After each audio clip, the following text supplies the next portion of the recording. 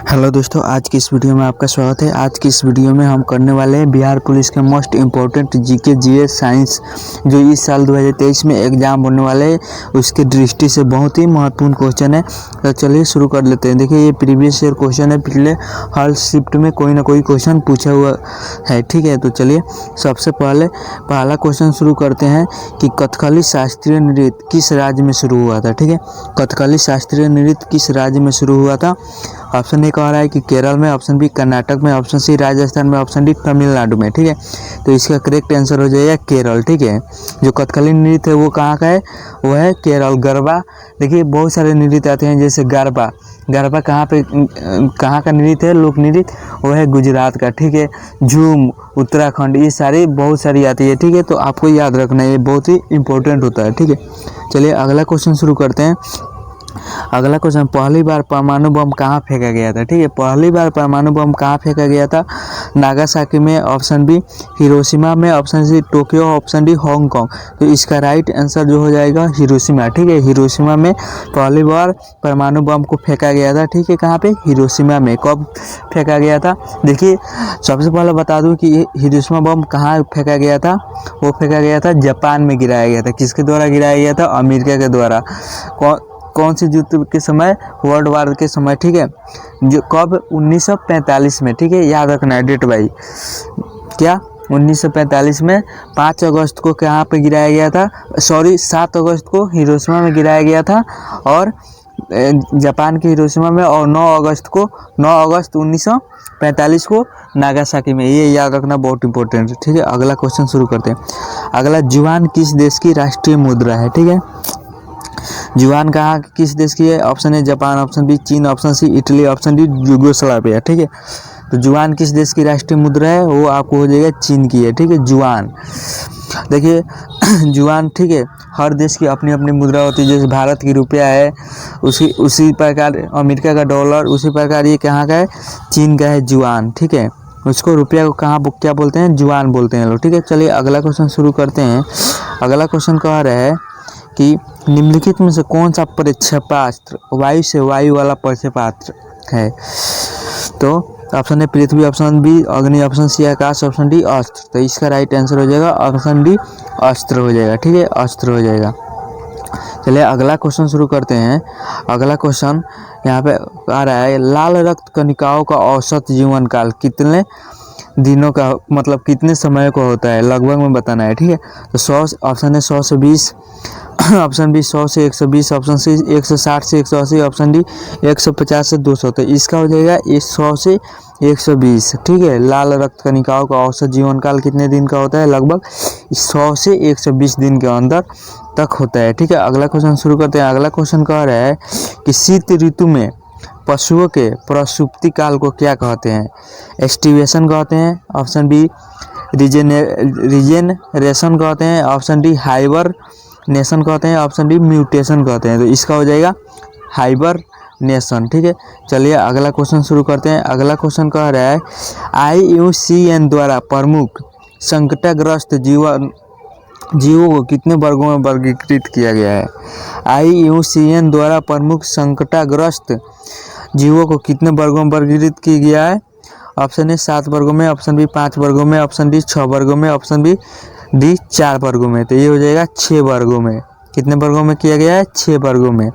चलिए इस संकटग्रस्त का मतलब समझ रहे हैं, विलुप्त विलुप्त हो रहे हैं जीव, उसको बोला गया है। ठीक है, जितने भी विलुप्त जीव हो रहे हैं, जैसे बाघ शेर, ये सब विलुप्त हो रहे हैं, जो संकट में है, उनका अस्तित्व खत्म होने वाला है, उस प्रकार के जीवों को IUCN क्या करता है, उसको देखता है कि कौन कितने श्रेणी में है, कब तक नष्ट होगा, उसका पूरा डाटा एनालाइज करता है। ठीक है, चलिए अगला क्वेश्चन, कथकली शास्त्रीय नृत्य किस राज्य में शुरू हुआ था।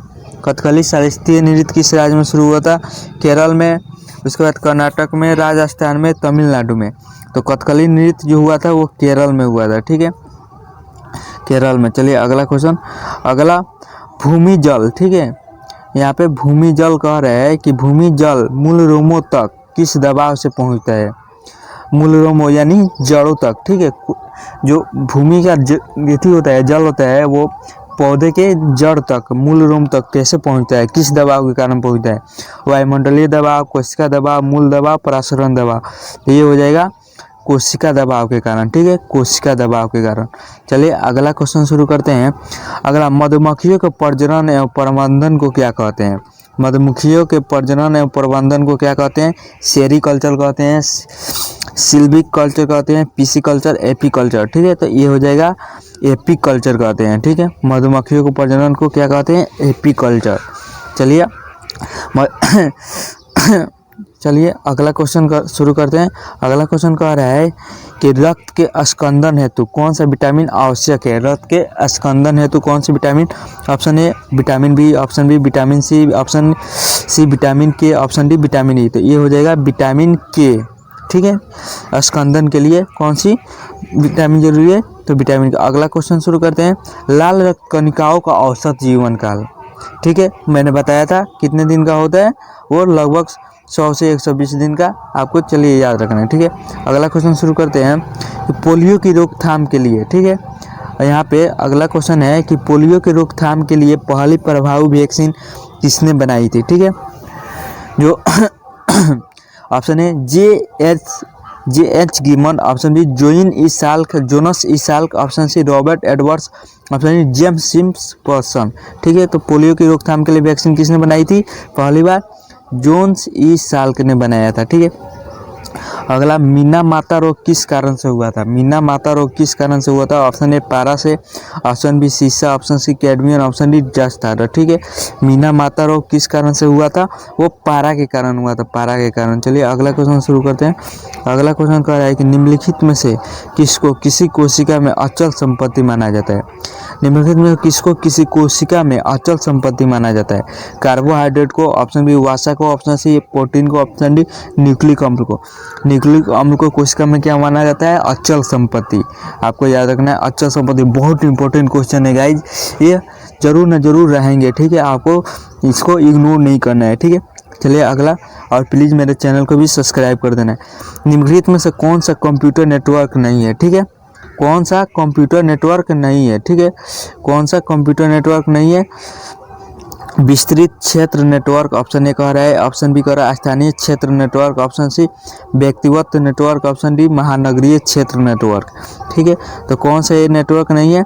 वो है व्यक्तिगत नेटवर्क। क्या है? कंप्यूटर नेटवर्क नहीं है, ठीक है। चलिए अगला क्वेश्चन शुरू करते हैं। अगला क्वेश्चन कह रहा है कि जब कई कंप्यूटर को एक छोटे से क्षेत्र में बिना टेलीफोन के तारों को परस्पर जोड़ दिया जाता है, उसे क्या कहते हैं? उसे क्या कहते हैं? ऑप्शन ए सुदूर संचार नेटवर्क, आरसीएन, उसके बाद स्थानीय क्षेत्र नेटवर्क, लैन, ठीक है, स्थानीय क्षेत्र नेटवर्क लैन, इसी को क्या कहते हैं? इसी को कहते हैं, ठीक है। चलिए अगला क्वेश्चन करते हैं। उर्वरक अगला क्वेश्चन है कि उर्वरकों के निर्माण में, ठीक है, उर्वरकों के निर्माण में निम्नलिखित में से कौन सा तत्व प्रयोग में लाया जाता है? ऑप्शन है फ्लोरीन के, option B potassium, option C सीसा, ऑप्शन डी एल्युमिनियम। तो ये हो जाएगा पोटेशियम, ठीक है। चलिए अगला क्वेश्चन शुरू करते हैं। अगला क्वेश्चन कह रहे हैं कि यहाँ पे उड़ान अभिलेखी की तकनीकी का नाम क्या है? उड़ान अभिलेखी तकनीकी का नाम क्या है? गहरा बॉक्स, अंधा बॉक्स, काला बॉक्स, ऊंचाई मापी यंत्र। तो ये हो जाएगा काला बॉक्स, ठीक है। चलिए अगला क्वेश्चन शुरू करते हैं। अगला क्वेश्चन कह रहा है कि निम्नलिखित में से कौन सा सर्वोत्तम विद्युत चालक है? कौन सा सर्वोत्तम विद्युत चालक है? तांबा है, लोहा है, एल्युमिनियम है, चांदी है। तो ये चांदी है। चलिए अगला क्वेश्चन शुरू करते हैं। बिना रुकावट वैश्विक प्रसारण हेतु कम से कम कितने तुल्यकारी उपग्रह जरूरी होंगे? Option A 3, option B 4, option C 2, option D 1। तो बिना रुकावट वैश्विक प्रसारण हेतु कम से कम कितने तुल्यकारी उपग्रह जरूरी होंगे? 3। चलिए अगला क्वेश्चन शुरू करते हैं। राष्ट्रीय आय किससे निर्मित होती है? राष्ट्रीय आय किससे निर्मित होती है?